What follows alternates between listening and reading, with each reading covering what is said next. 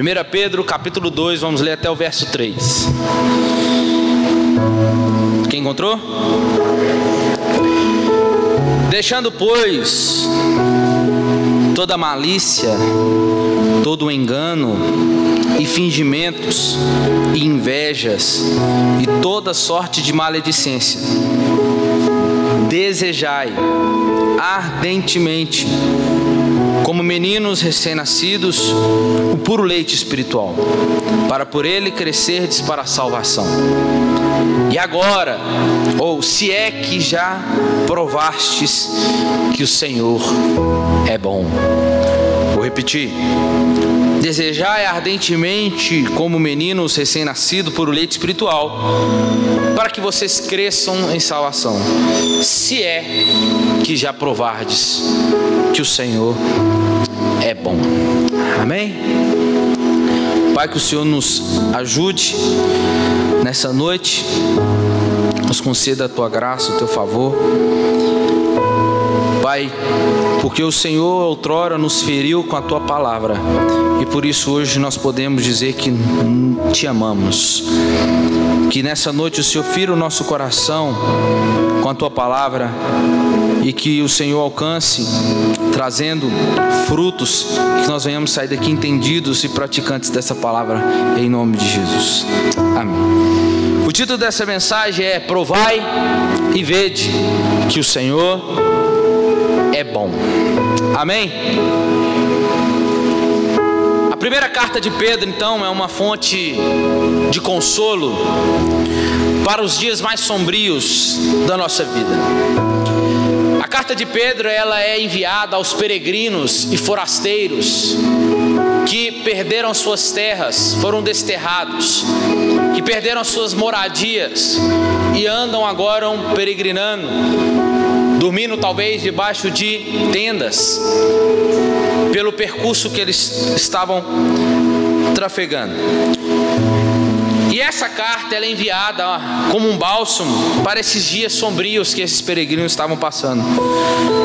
Um bálsamo do céu para aqueles que caminham pelos vales escuros da vida, e um tônico espiritual para os que sofrem injustiça e são fuzilados pelo vendaval da perseguição. Pedro escreve então a esses crentes, aqueles cristãos, forasteiros, peregrinos, mas que foram perseguidos, desterrados, espoliados na Ásia Menor.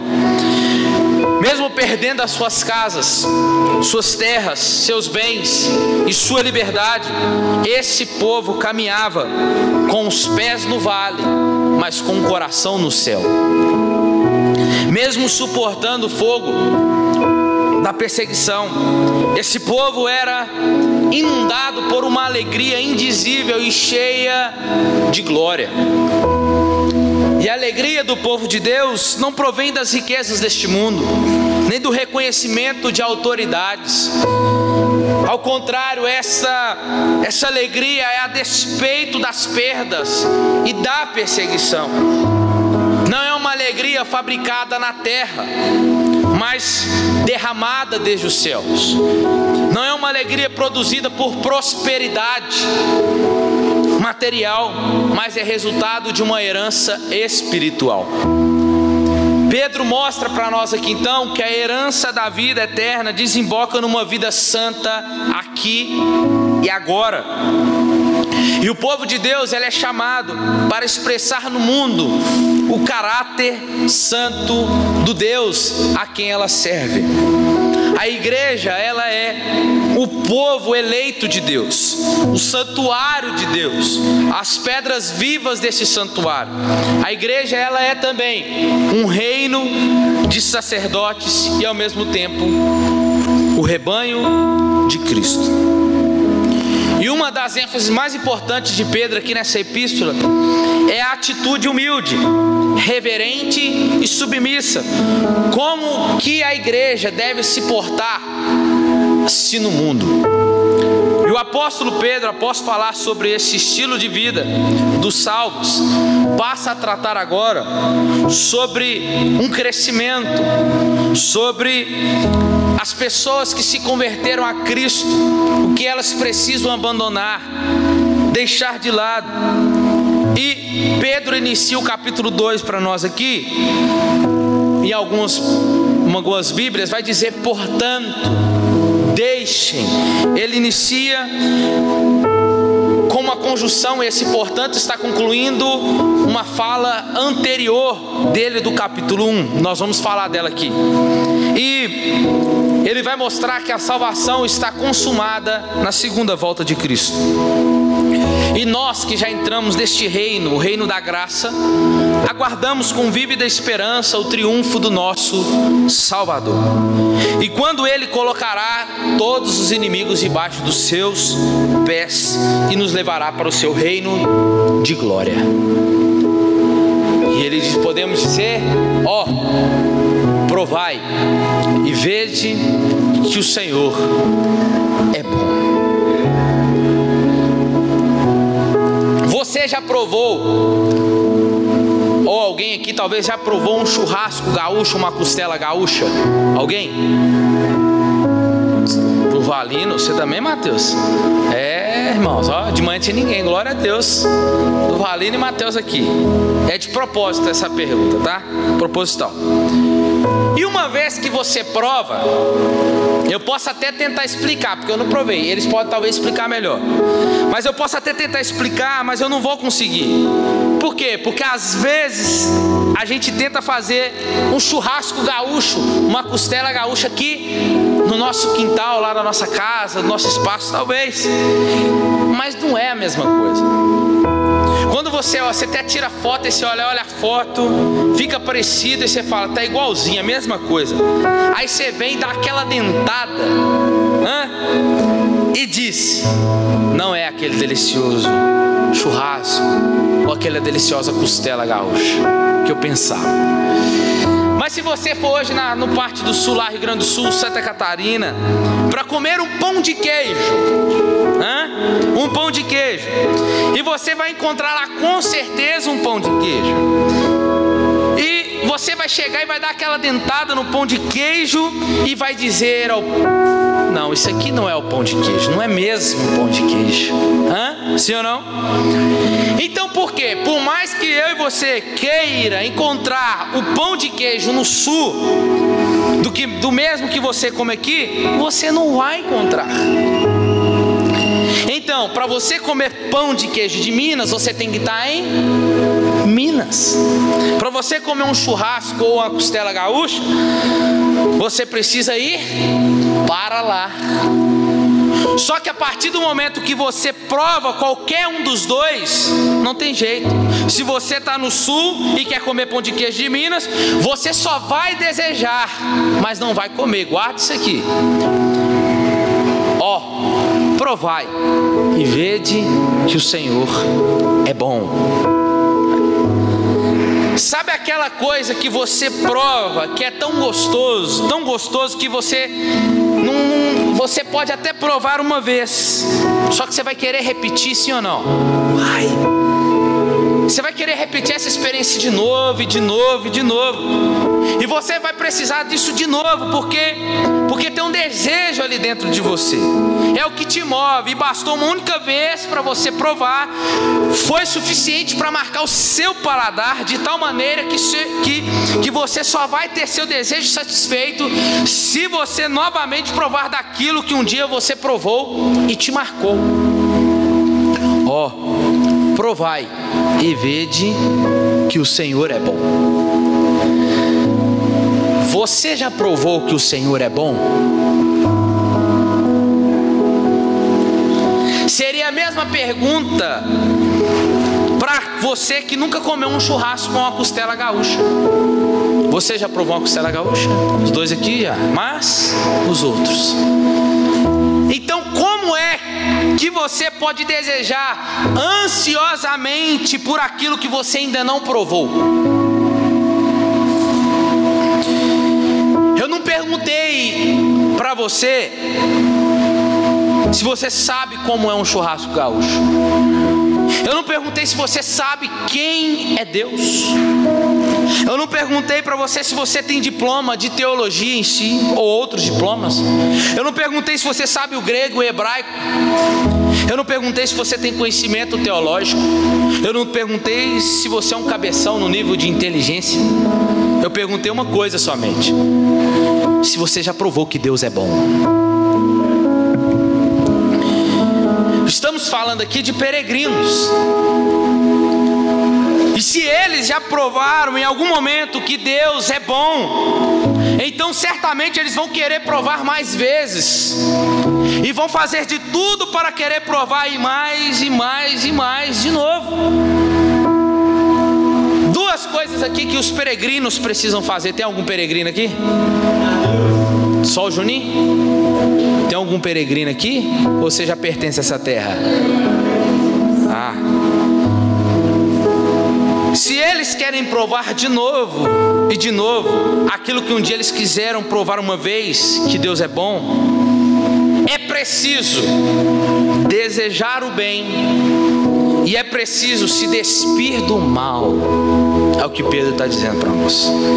Esses dois ensinos de Pedro nos ensina aqui nesse texto que acabamos de ler. E se a gente pudesse dividir toda essa estrutura do texto, além de começar como ele começou, bendizendo o Pai de nosso Senhor Jesus Cristo, e ainda ele vem no capítulo 1 liberando algumas exortações, ele vai fazendo durante essa carta.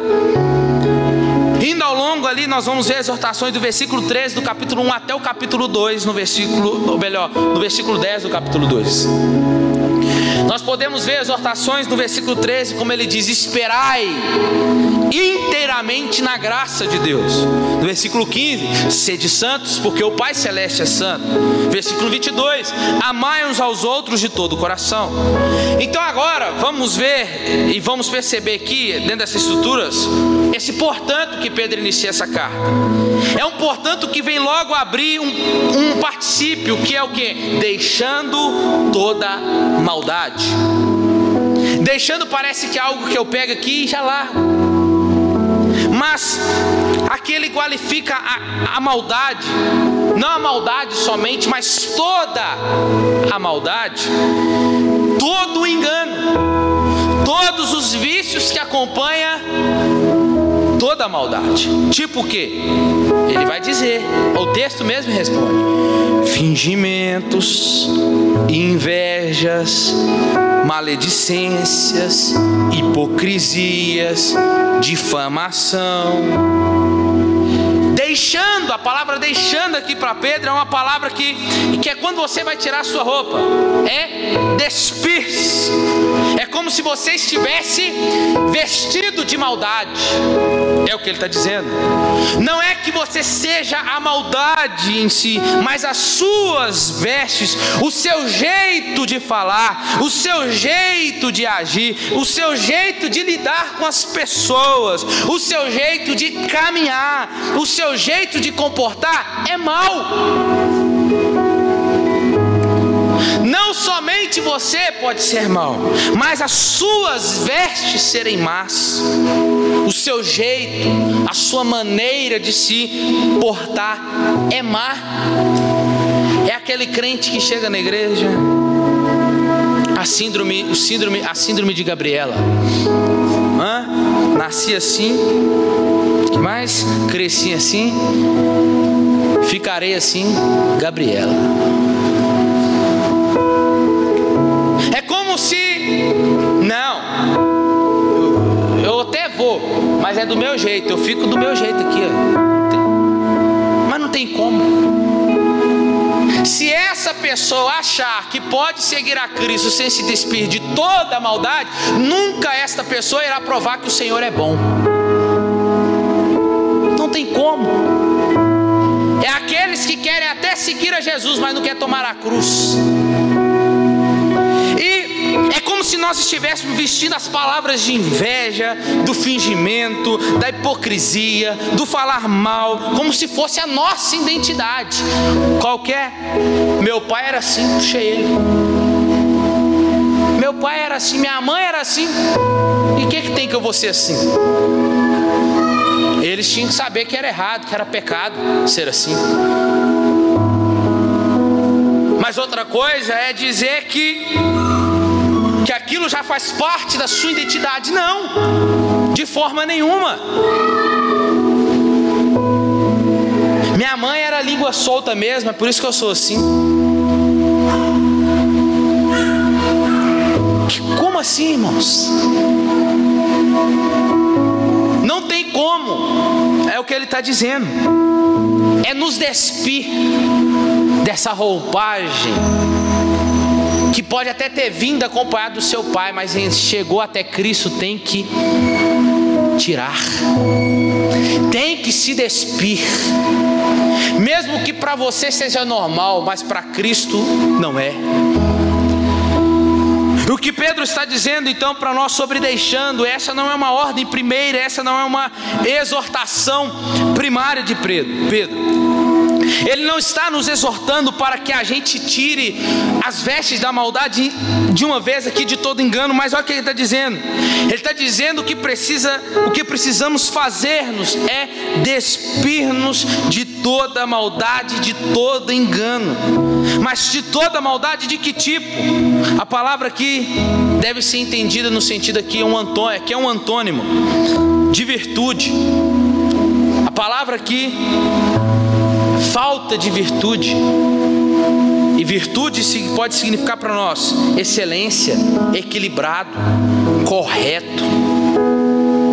Pedro aqui não está usando a virtude, mas a falta de virtude daqueles que professam a fé em Jesus, destes que estão em peregrinação, destes que estão marginalizados pela sociedade, destes que estão sendo perseguidos pelos não cristãos e pelos cristãos. Pedro não estava repreendendo uma igreja, olha aqui, Pedro não estava repreendendo uma igreja que estava sendo indecorosa, sendo perversa na sua maneira de agir com um não cristão. Pedro estava repreendendo esta igreja perversa, que estava sendo em si perversa, indecorosa, hipócrita, invejosa, fingida na sua maneira de ser com os da família da fé, com os meus irmãos.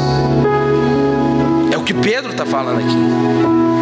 Então o que ele está dizendo aqui? Primeiro, desfaça. Ei, não olha na cara do irmão. Ei, larga isso. Não cumprimenta, não. Larga isso. Isso é maldade. Não tem como provar o Senhor e saber que Ele é bom se estiver vestido dentro dessa roupagem.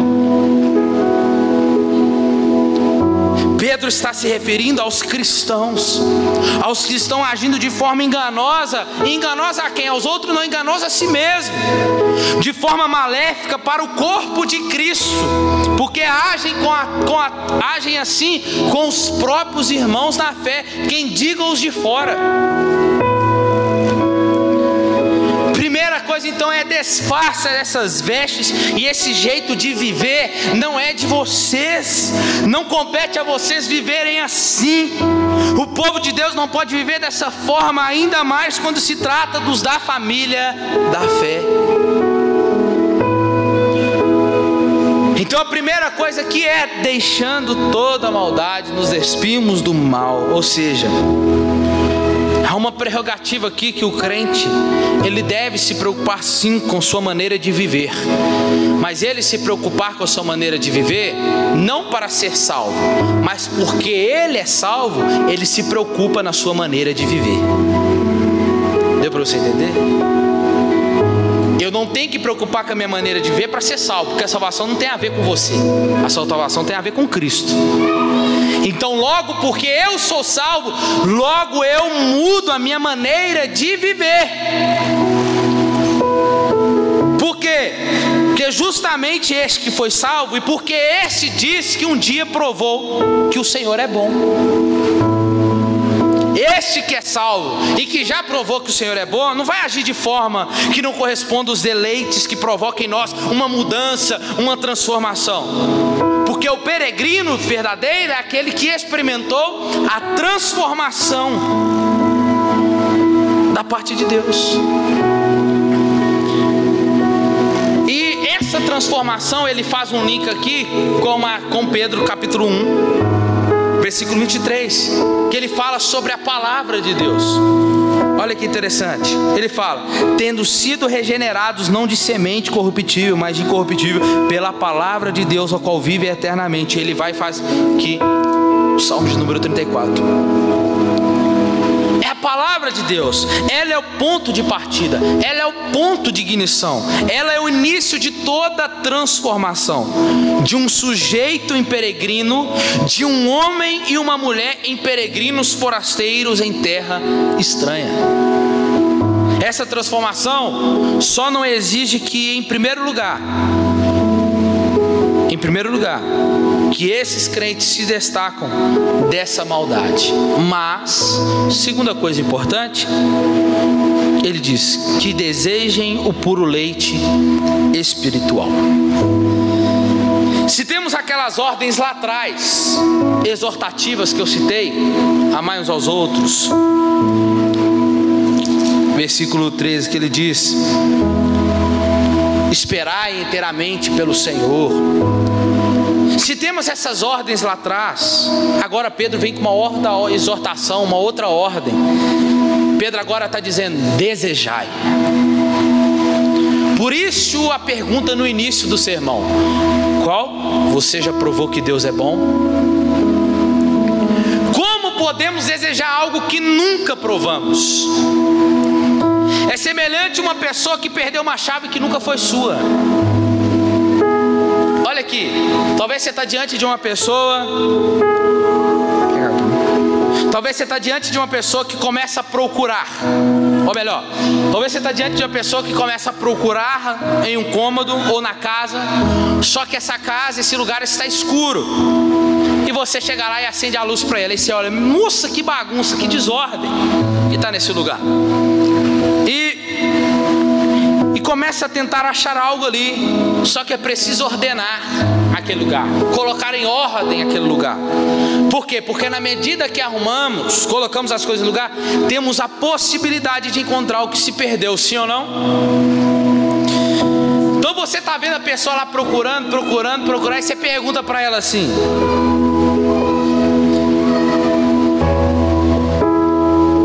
o que você está procurando? Aí ela, meio doida, diz assim: não sei, estou procurando.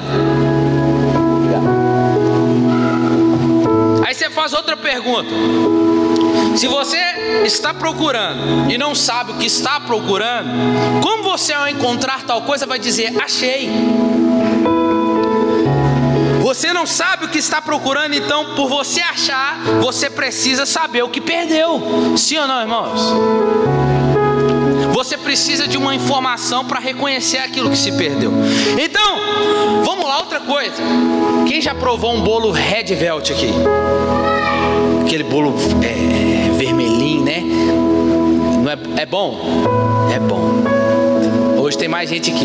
Nas próximas mensagens eu vou perguntar lá no grupo, aí vocês vêm de um pouco de manhã, um pouco à noite, hein? Então você pode desejar hoje comer Você pode dizer assim: eu desejo hoje comer um Red Velvet. Por quê? Porque você já experimentou, porque você provou o desejo.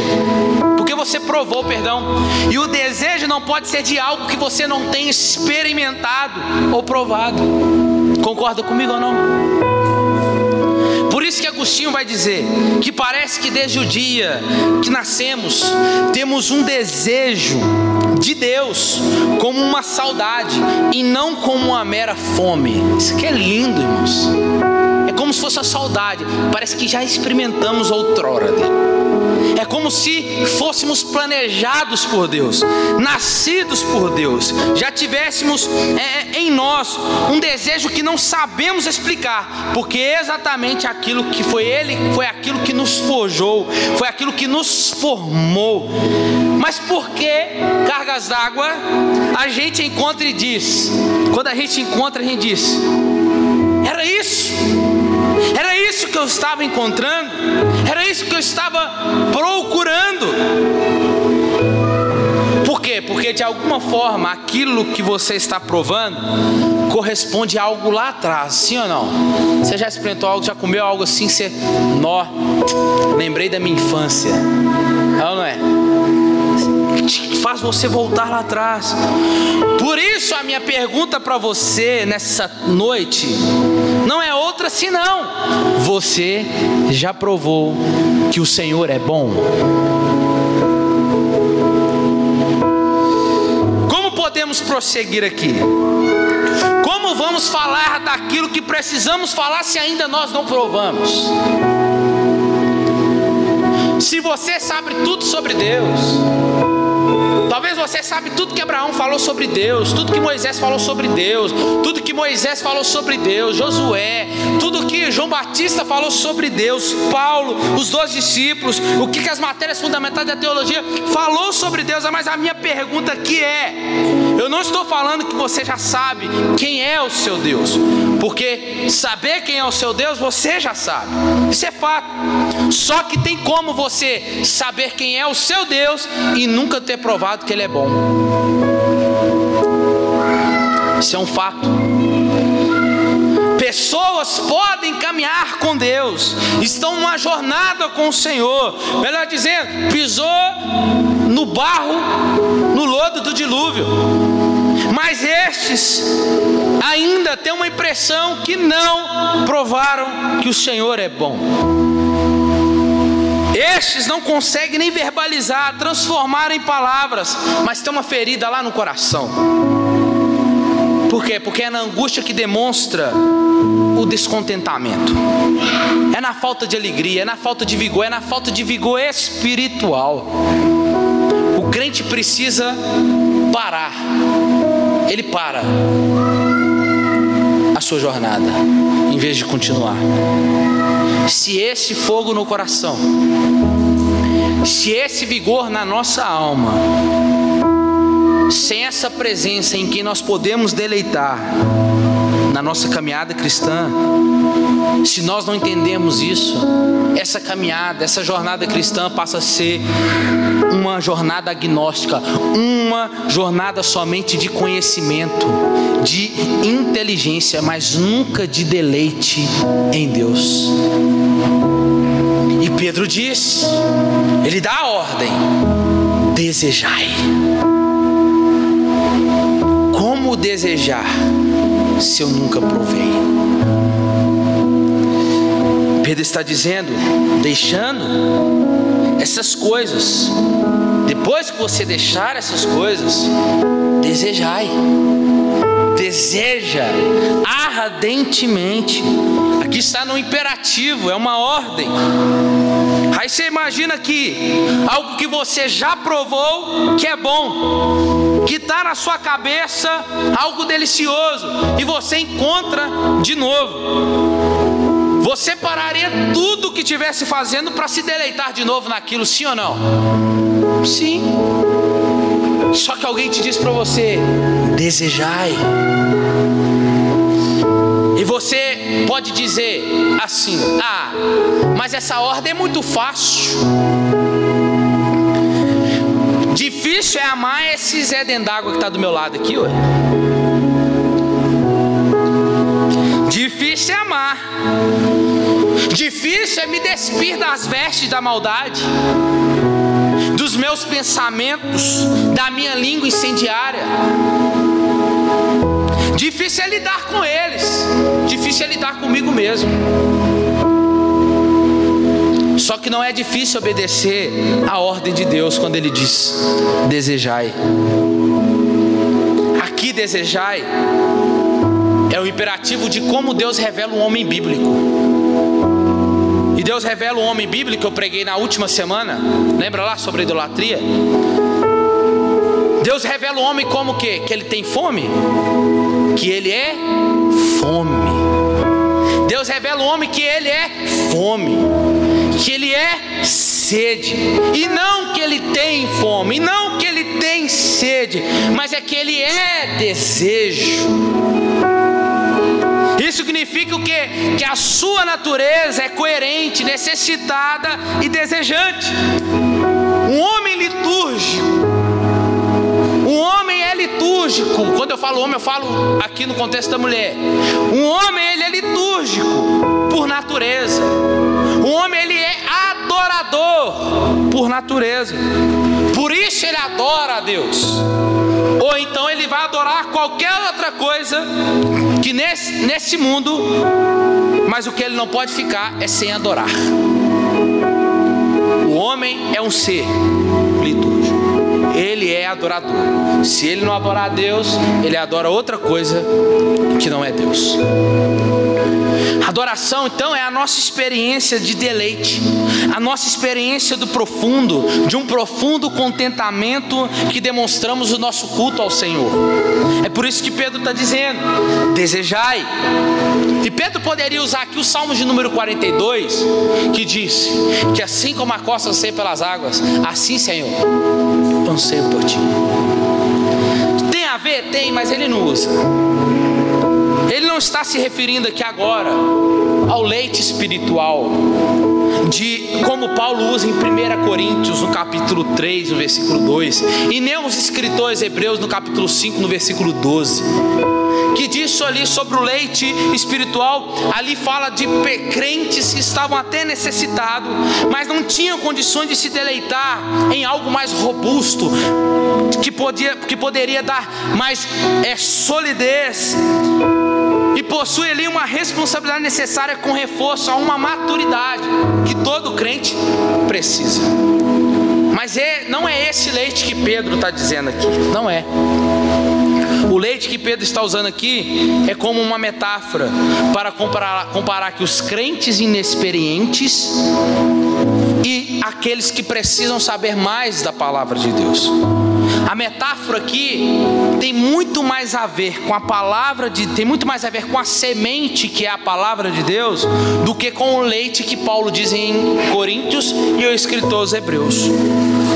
É o texto que a gente leu. O que ele diz?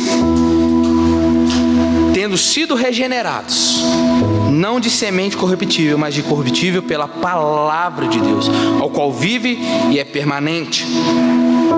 Ele nos chama a atenção aqui. Regenerados, fala do nosso início da jornada.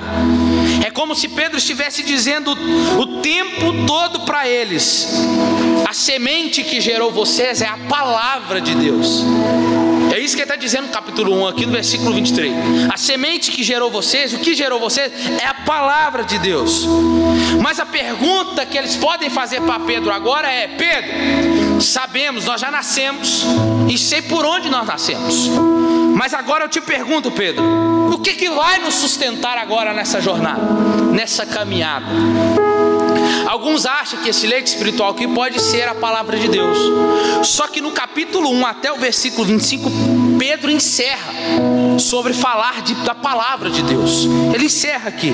Não tem como eu e você lermos aqui o capítulo 2 ou a carta de Pedro e não conseguimos entender quem está lendo. Ele está lendo o Antigo Testamento.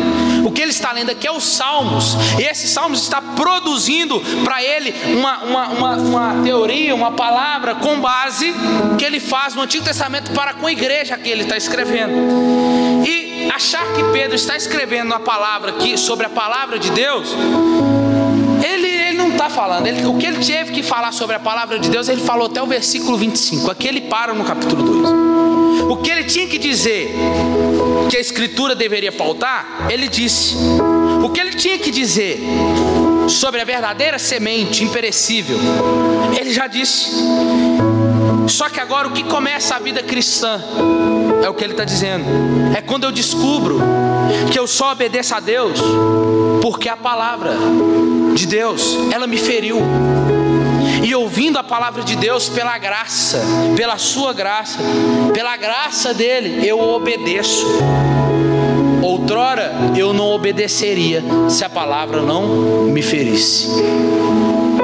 Se não é a palavra de Deus que Pedro está falando aqui, que é o leite espiritual, o que Pedro está falando aqui então?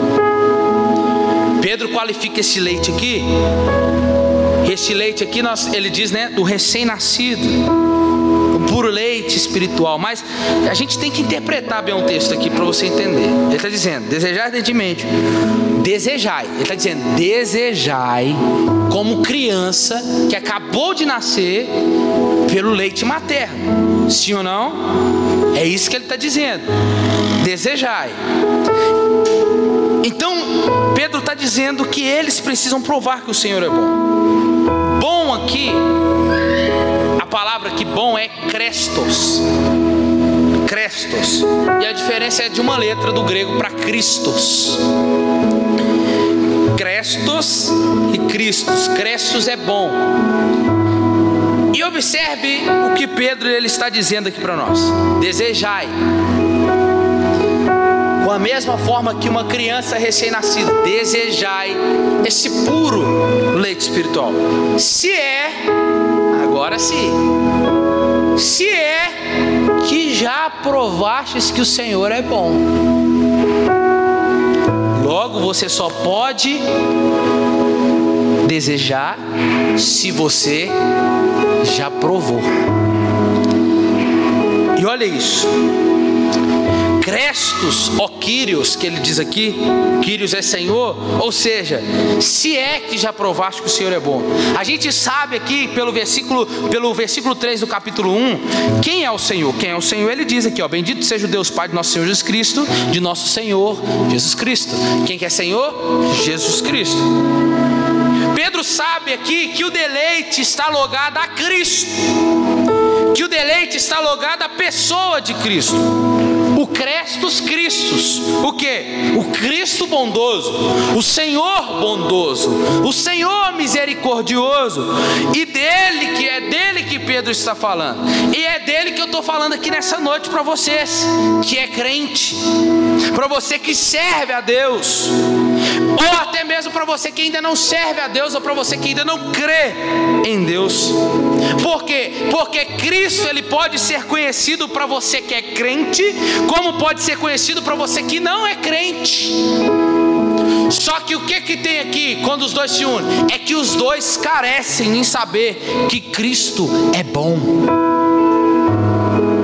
Eu e você precisamos. Aquele que não crê precisa também. Bom não é estar dizendo que é uma qualidade de Deus. Deus ele tem bondade. Não, ele é bom. É a sua essência, é o seu caráter ser bom. Desejai o leite espiritual, não como um marmanjo. Vou citar o Mateus aqui de novo. Não como um marmanjo igual o Mateus, que está de férias agora aí, vai levantar a hora que quiser agora. Não, que tem que cuidar dos peixes, né? Mas que vai acordar de manhã e que vai lá, vai tomar seu cafezinho com leite. Só que esse marmanjo não sabe o que é desejar o leite. Para você entender o que é desejar, você teria que perguntar a um bebezinho. Você teria que perguntar a uma mãe, para você entender o que Pedro está dizendo de fato aqui. Não é em você desejar ou não o leite. Mas olha aqui, escute isso aqui. Mas é como o bebê, olha aqui, é como o bebê depende daquele leite. Mas ele não pode beber daquele leite uma vez somente. Ele precisa voltar mais e mais vezes àquele leite materno. E todas as vezes que for necessário, todas as vezes que a vontade dele estiver ali, ele vai berrar.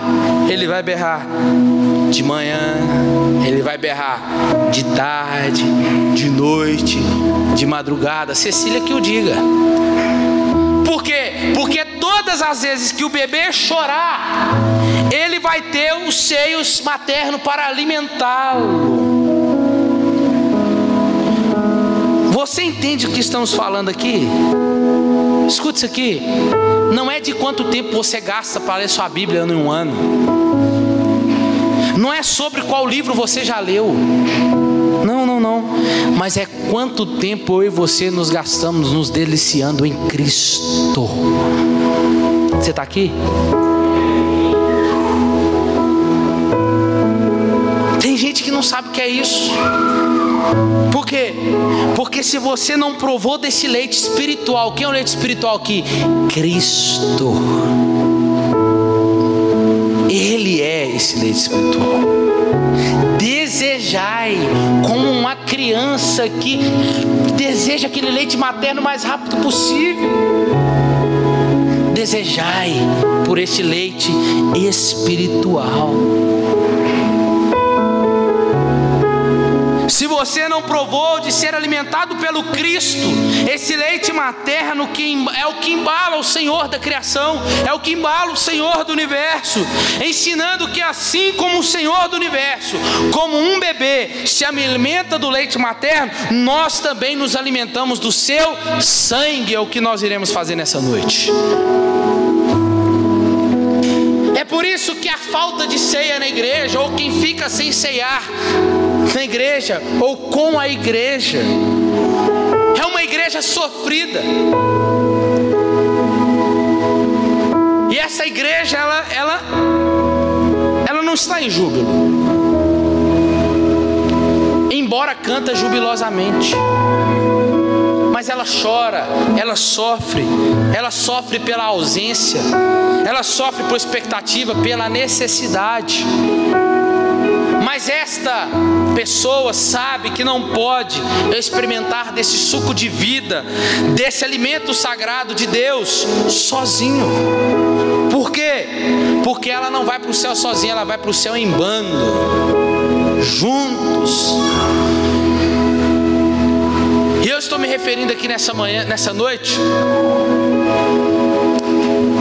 ao vigor que faz com que os nossos olhos talvez encontre alguém que pode dizer para mim, para você, sim, você é tudo que faltava para mim.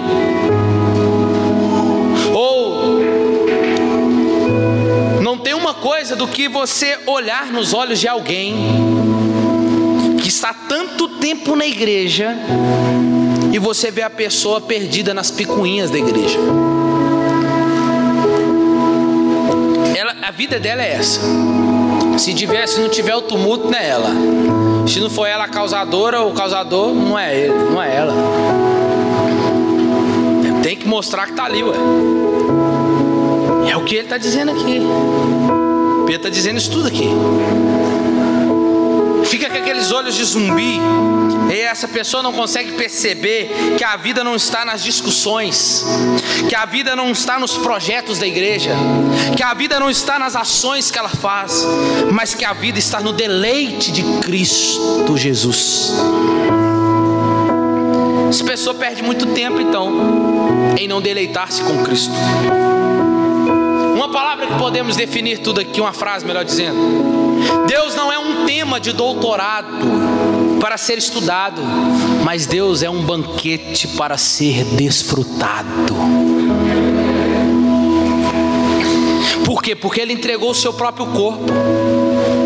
E aquele que come da sua carne e bebe do seu sangue tem vida. É o que Ele diz em João capítulo 6. E a palavra de Deus nos refere a Cristo como um alimento espiritual do crente. E como que você se alimenta de Jesus? É por isso que a gente começa com a Bíblia. A gente começa por ela, porque é nela que a gente se encontra. O que estava passando na cabeça de Pedro aqui, quando ele escreve aqui? Pedro estava falando com eles, com esses peregrinos, usando como base os Salmos de número 34.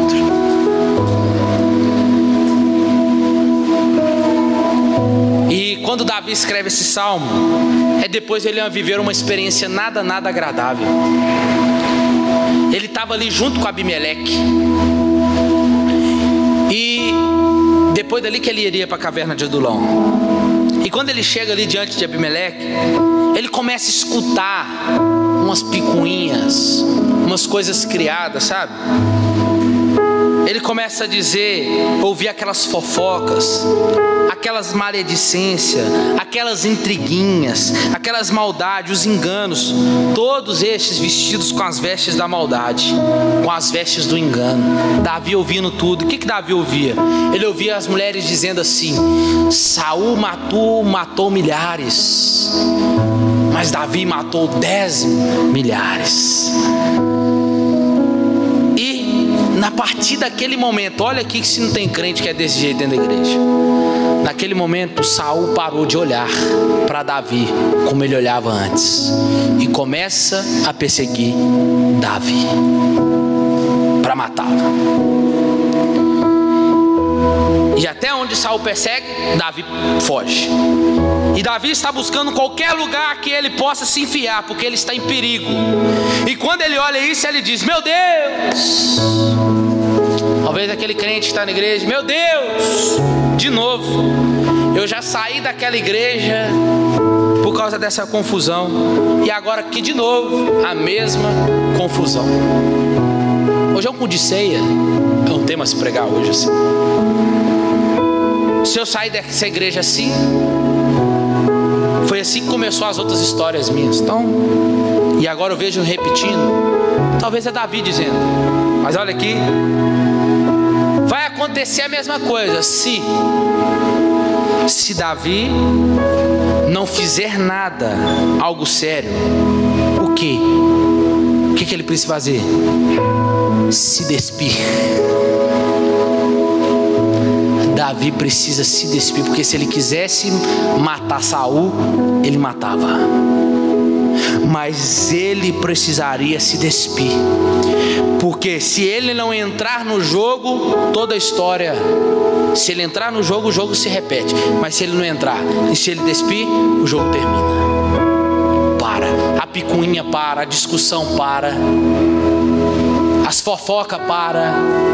É aquela fofoca que roda, que quando chega em você, você para com ela. É aquela discussão que começa e quando você chega, ela para. É assim que eu e você temos que ser. É nos despirmos de toda maldade. E se despir de toda maldade não tem a ver com o outro, em você pensar e olhar para o outro. Se despir de toda maldade tem a ver em você olhar para você primeiro e dizer: eu preciso despir da minha maldade, de toda a minha maldade, de todo o meu engano, de todo o meu fingimento, de toda a minha hipocrisia, de toda a minha inveja. É isso que eu preciso fazer primeiro. É o que Davi fez. E o que Davi faz? E aí, ele se despiu. O que ele faz? Samuel vai dizer: ele se faz de doido. Davi fica doido, ele se finge de boi, começa a deixar a barba crescer. Ele começa a ver, e o pessoal começa a ficar com pena dele, ele andando para lá igual um andarilho. Ué, o que aconteceu com esse cara aí? O pessoal olha para ele, ele grita, ele reganha os olhos e começa a gritar, começa a babar. Está lá escrito no texto. Ele começa a babar, aí a barba descendo assim, colocando medo, a barba dele fica toda babada. Aí Abimeleque vira e fala assim: já vi um tanto de doido dentro desse reino, para que mais um? Manda esse aí embora. E é nesse momento que Davi vai para a caverna de Adulão. Ele foge para lá. Aí lá ele pensa que ele está louco. Lá ele acha piores que ele ainda. Ele acha lá pessoas que tinham dívida, pessoas que estavam com o nome sujo. Estava tudo lá dentro da caverna de Adulão. Mas de lá saíram quem? Quem? O exército de Davi. Mas olha aqui. E é nesse momento que Davi escreve o Salmo de número 34. Vamos ler? É dentro da caverna de Adulão que ele vai ler, que ele vai escrever. Vamos ler ele, vou ler ele todo não, mas só um pedacinho. Louvarei ao Senhor em todo o tempo, e o seu louvor estará continuamente na minha boca, e a minha alma se gloriará no Senhor.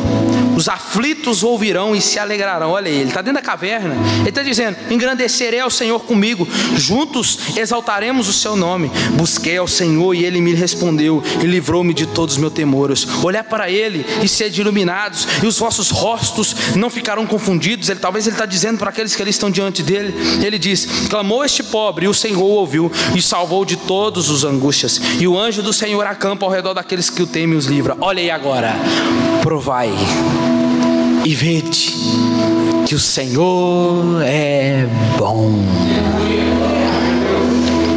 O que ele está dizendo aqui? Davi está dizendo aqui o que de fato ele provou. Ele provou a bondade de Deus. É o que Pedro está registrando aqui para nós. Quando ele provou, quando ele foi liberto. E a pergunta para mim e para você hoje é: do que Jesus te libertou, meu irmão? Se você não sabe do que ele te libertou, você não sabe o que é se deleitar em Jesus. Se você não provou, a Bíblia diz então para nós uma dica: se arrepende dos seus pecados e confesse a Jesus como Senhor e Salvador da sua vida. Seja livre da cegueira, da miséria e prove da graça e misericórdia do Senhor. Mas se você já provou, então por que as suas vestes ainda são vestes de maldade? São vestes de outrora. Por quê? Porque o recurso que você usa são os de auto te afirma, aqueles que auto te afirmam, dizendo: eu nunca vou dar o braço a torcer. Foi ele que fez contra mim, que ele vem até mim. Eu não fiz nada com ele, foi ele. Não foi isso que Jesus ensinou? Acaba com isso, irmão. Acaba com isso. Mesmo se não foi ele, vá até ela, vai até ele e diga assim: me perdoe em nome de Jesus, porque eu te perdoo em nome de Jesus. E pronto. Igreja curada, igreja sarada. Não dou o braço a torcer, não. Eu suporto, irmão, ele lá e eu cá. É aqueles que dizem que tem comunhão, mas não tem partido o pão. Onde está o seu desejo por Deus? Aquele desejo que apresenta no momento em que você anda pelas águas. Ou melhor dizendo, aquele desejo que apresenta agora a corça que anseia pelas águas. Ou como o bebê que anseia pelo leite materno. Onde está o seu desejo por Deus? E a pergunta nessa noite não é se você sabe o que Jesus fez para você. Não é isso. Mas é se você já provou o amor de Deus em Cristo Jesus. Eu não conheço uma pessoa que provou esse amor, que troque esse amor por um prato de lentilhas, por deleite em Jesus. Estes que dizem que um dia provaram e hoje não estão aqui, Pedro vai dizer: estes nunca foram dos nossos. Nunca provou, nunca, porque quem prova não troca por um prato de lentilhas. Talvez você se pergunta: eu estou servindo a Deus na igreja e acha que está se deleitando em Cristo. Errou. Porque o deleite não está na igreja. Não é a igreja que é saborosa, não é a igreja que te faz desejar, mas o deleite está em Cristo, porque é Ele que alimenta a sua igreja. Ou será que você está diante de um Jesus com um checklist na mão, um Jesus intelectual que pode dizer para você: sim, está aqui, ó, o que você deve fazer? Ou você está diante daquele que é o pão da vida? E o que o pão diz para nós nessa noite aqui? Se alimente de mim. Se alimente do pão vivo que desceu do céu. Devore-o, deseje e se alimente dele. Não há contentamento, não há significado, não há plenitude se nós não nos alimentarmos ou devorarmos Jesus. Ó, provai e vede que o Senhor é bom. Fica de pé no seu lugar.